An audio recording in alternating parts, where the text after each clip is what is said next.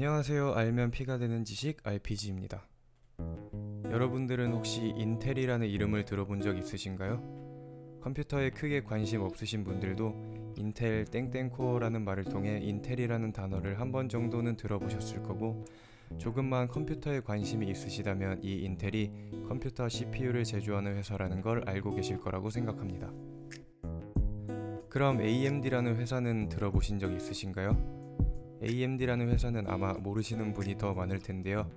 이 AMD라는 회사는 Advanced Micro Device의 약자로 인텔과 같은 반도체 제조 회사입니다. 한국에서는 암드라는 별명으로 유명한데 이하 영상에서는 암드라고 말씀드리겠습니다. 암드는 컴퓨터 CPU 분야에서 인텔의 유일한 경쟁사였는데 계속된 실패를 거듭하면서 2000년대 중반부터 큰 암흑기를 맞이하게 됩니다. 그러다가 2014년부터 분위기를 환기하는 데 성공하고 최근에 다시 기적처럼 살아나 2019년에는 CPU 시장 점유율에서 인텔을 앞서기까지 합니다. 이런 암드에 괄목할 만한 행보의 중심에는 현 암드 최고 경영자 리사수가 있었습니다. 그럼 리사수가 어떻게 이 암드라는 회사를 다시 살려냈는지 한번 살펴보겠습니다. 리사수가 사장 및 CEO로 취임한 2014년 암드의 상황은 암울했습니다.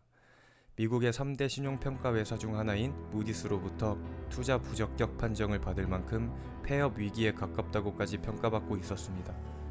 이런 당시의 암드의 암울한 상황을 타개하기 위해 리서스는 이른바 선택과 집중에 몰두합니다. 바로 비디오 콘솔을 위한 사용자 맞춤형 칩 개발에 나선 거죠.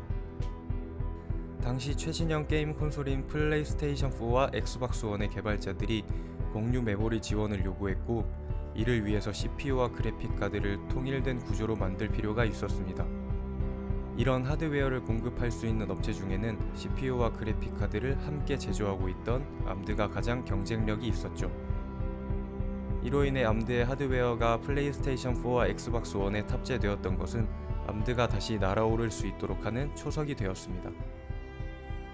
리사수는 이를 바탕으로 암드의 명운을 걸고 라이젠 시리즈 CPU를 개발 발표했습니다.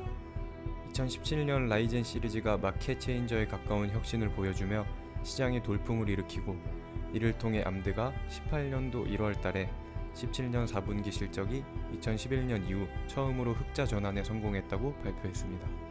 다시 한번 CPU 시장에서 인텔을 위협하는 경쟁자로 재도약하는 순간이었죠. 리사수와 암드는 이 정도에 만족하지 않았습니다.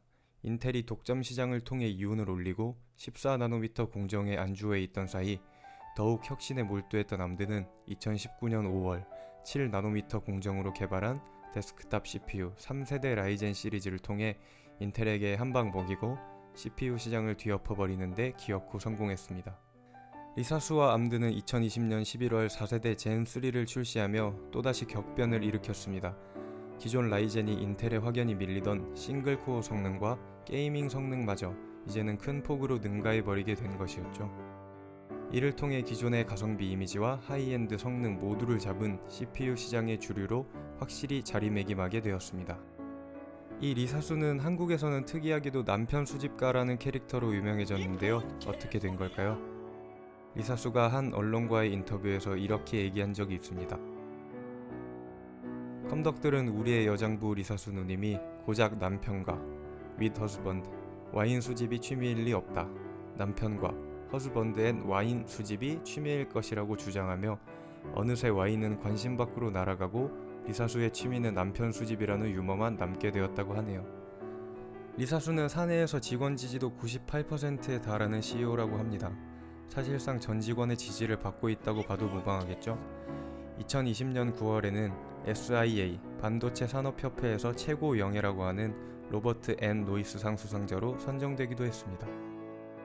암드는 한참 암흑기이던 2008년 11월 22일 최저주가 약 1.82달러를 기록했는데, 리사수 취임 이후 2021년 1월 11일 최고주가 약 97.25달러를 기록하면서 50배가 훌쩍 넘는 성장을 이루어냈습니다.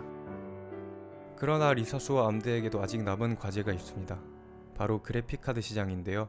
CPU 시장 최대의 회사로 성장한 데 비해 그래픽카드는 아직 엔비디아사에게 크게 밀리는 모습을 볼 수 있습니다. 정말로 암드가 GPU 시장까지 엔비디아를 위협할 수 있는 날이 올지 주목해보는 것도 재밌을 것 같네요. 이번 영상은 AMD라는 회사가 리사수라는 영웅적 인물을 통해 암흑기를 극복하고 다시 한번 재도약한 이야기를 다루어 보았습니다. 개인적으로 작은 관심은 있었지만 전문 지식은 전무하다시피 한 주제에 대해 다루었기 때문에 부족한 부분이 많이 있을 것 같습니다. 그래도 리사수라는 인물이 암드를 어떻게 다시 일으켰는지에 대한 대략적인 내용은 최대한 담아보려고 노력했으니 영상 재밌게 봐주셨으면 좋겠습니다. 다음에는 조금 더 발전된 영상으로 찾아뵙겠습니다. 감사합니다.